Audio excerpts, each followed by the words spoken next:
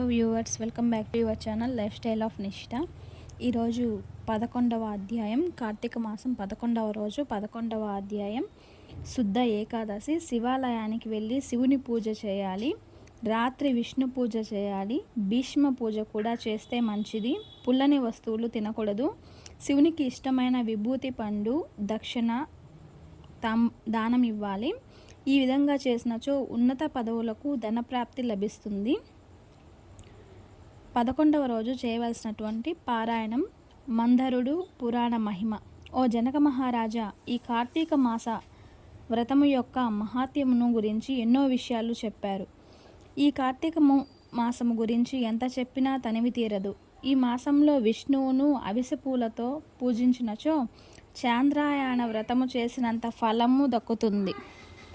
విష్ణువు అర్చన తరువాత పురాణ పఠనం చేయించిన వినిపించిన అటువంటి వారు తప్పనిసరిగా వైకుంఠ ప్రాప్తి పొందుతారు. దీనిని గురించి మరొక కథ చెప్తాను, శ్రద్ధగా వినండి అని వశిష్ఠుల వారు ఈ విధంగా చెప్పసాగారు. పూర్వం కళింగ దేశమున మందరుడు అనే బ్రాహ్మణుడు కలవాడు. అతడు ఏనాడు కూడా స్నానం, సంధ్యావందనం, ధ్యానం అనే ధ్యాసే లేకుండా వారికి వీరికి సేవలు చేస్తూ, ఇతర ఇళ్లలో వంటలు చేస్తూ, ఆ సంపాదనతో మాంసం మద్యం సేవిస్తూ, తక్కువ జాతి వారి సాంగత్యము వలన స్నాన జప దీపారాధన మొదలైన ఆచారాలు పాటించక దురాచారుడై జీవించుచుండెను. అతని భార్య సుశీల, మహాసాధ్వి, గుణవంతురాలు. భర్త ఎంత దుర్మార్గుడైనా పతినే దైవంగా భావించి విసుగు చెందక సకల ఉపాచారములు చేస్తూ పతివ్రత ధర్మమును పాటించుడై మందరుడు వంటవానిగా పనిచేయుచున్నను ఇల్లు గడవక చిన్న వ్యాపారం పెట్టి అందులో నష్టపోయి చివరకు దొంగతనాలు చేయుటకు అలవాటు పడ్డాడు.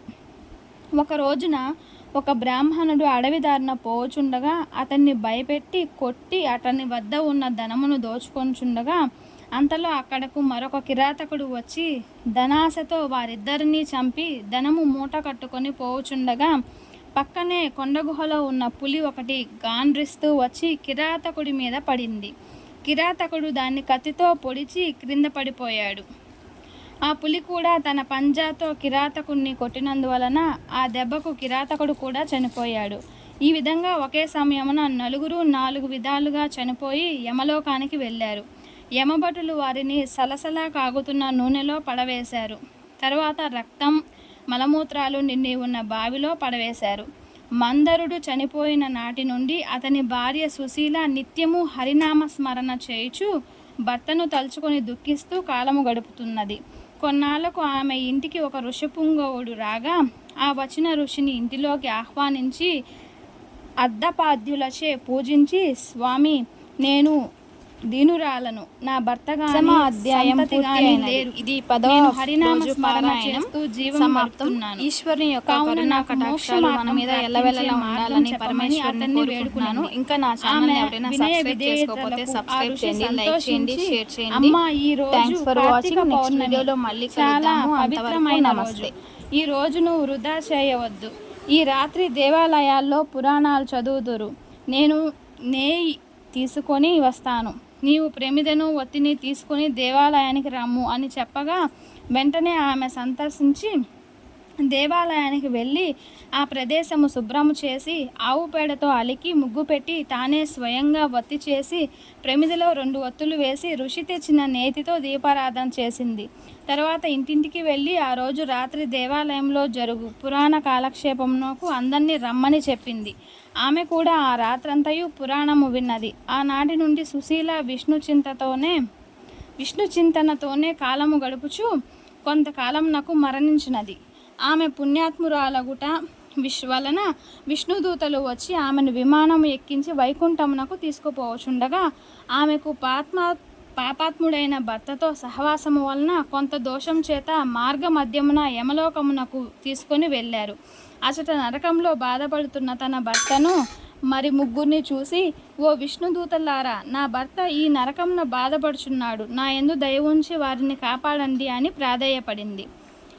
అంత విష్ణుదూతలు, అమ్మ, నీ భర్త బ్రాహ్మణుడై ఉండి ఇతరుల ధనం అపహరించి కులాచారం విడిచి క్రూరకృత్యాలు చేసి స్నాన సంధ్యాదులు మాని పాపాత్ముడైనాడు. ఆ రెండవ వాడు కూడా ధనాశచే ప్రాణమిత్రుణ్ణి చంపి ధనము అపహరించి పులిచేత వచ్చచ్చిన క్రూరుడు. మూడవ వాడు వ్యాఘ్రుము.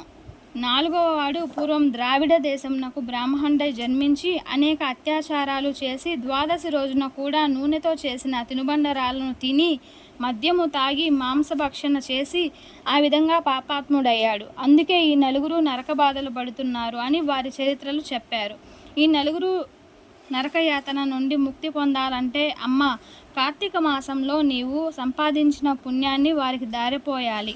ఆ విధంగా వారు ముక్తి పొందుతారు అని చెప్పగా ఆమె కార్తీక పురాణం విన్నందువల్ల వచ్చిన పుణ్యంలో, భర్తకు ఋషి కోరిన విధంగా వతులు చేసిన పుణ్యంలో, రాగ్యమునకు ప్రమిద చేసిన ఫలము కిరాతకునకు, పురాణం వినటానికి మెరుగు పొరుగు వారిని పిలవటం వల్ల వచ్చిన పుణ్యం ఆ విప్రునికి దారపోసినచో వారికి మోక్షం కలుగునని చెప్పగా అందుకు ఆమె అట్లే అని తనకు లభించిన పుణ్యాన్ని దారపోసింది. ఆ విధంగా ఆ నలుగురు ఆమె వద్దకు వచ్చి ఆ స్త్రీకి నమస్కరించి విమానం ఎక్కి వైకుంఠమునకు వెళ్ళారు.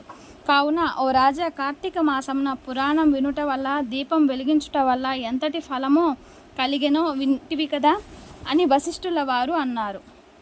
స్కంద పురాణంలో వశిష్ఠ ప్రోక్త కార్తీక మహత్య మండలి ఏకాదశ అధ్యాయం 11వ రోజు పారాయణం పూర్తి అయినది.